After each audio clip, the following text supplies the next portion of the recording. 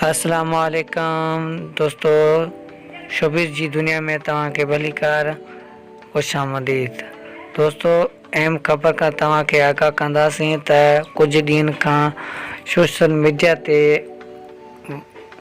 इहो वीडियो कुझु वायरल थियनि त मनु और मुमताज़ मौलाई सिंगर साहब हिकु तमामु बहितरीनु सिंगर आहे ऐं हिन पंहिंजी महिनत सां खोड़ सारी पंहिंजे पाण खे मशहूरु कयो आहे।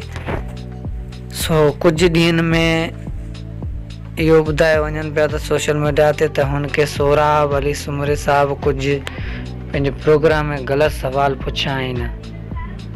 अहिड़ा सुवाल पुछिया आहिनि जेका पुछणा न हुया सोहराब सुमरी साहब खे। सोहराब सुमरी हुन खां अहिड़ा सुवाल कया आहिनि जेके काफ़ी दोस्तनि तनक़ीद भी कई है तो सोहराब सुमरी अहिड़ा सवाल न पुछे हुआ। सोहराब सुमरी हिकु तमामु बहितरीनु एक्टर ऐं डायरेक्टर आहे।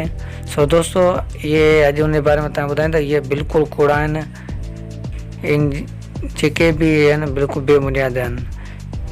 ॿी सूरत में सिंगर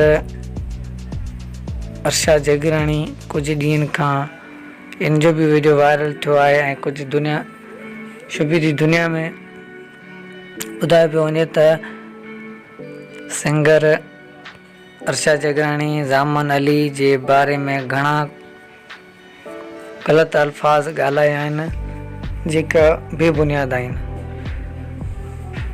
सो दोस्तों, ज़ामन अली अस्कली साहब जेको आहे हुन उनजे बिल्कुलु बारे में ग़लति ॻाल्हायो वियो आहे। इहो दोस्तों बेबुनियाद ख़बरूं आहिनि, को बि अमल न कयो वञे। अॼु जे वीडियो में एतिरो ई। मूंखे ॾींदा इजाज़त नेक्स्ट वीडियो लाइ।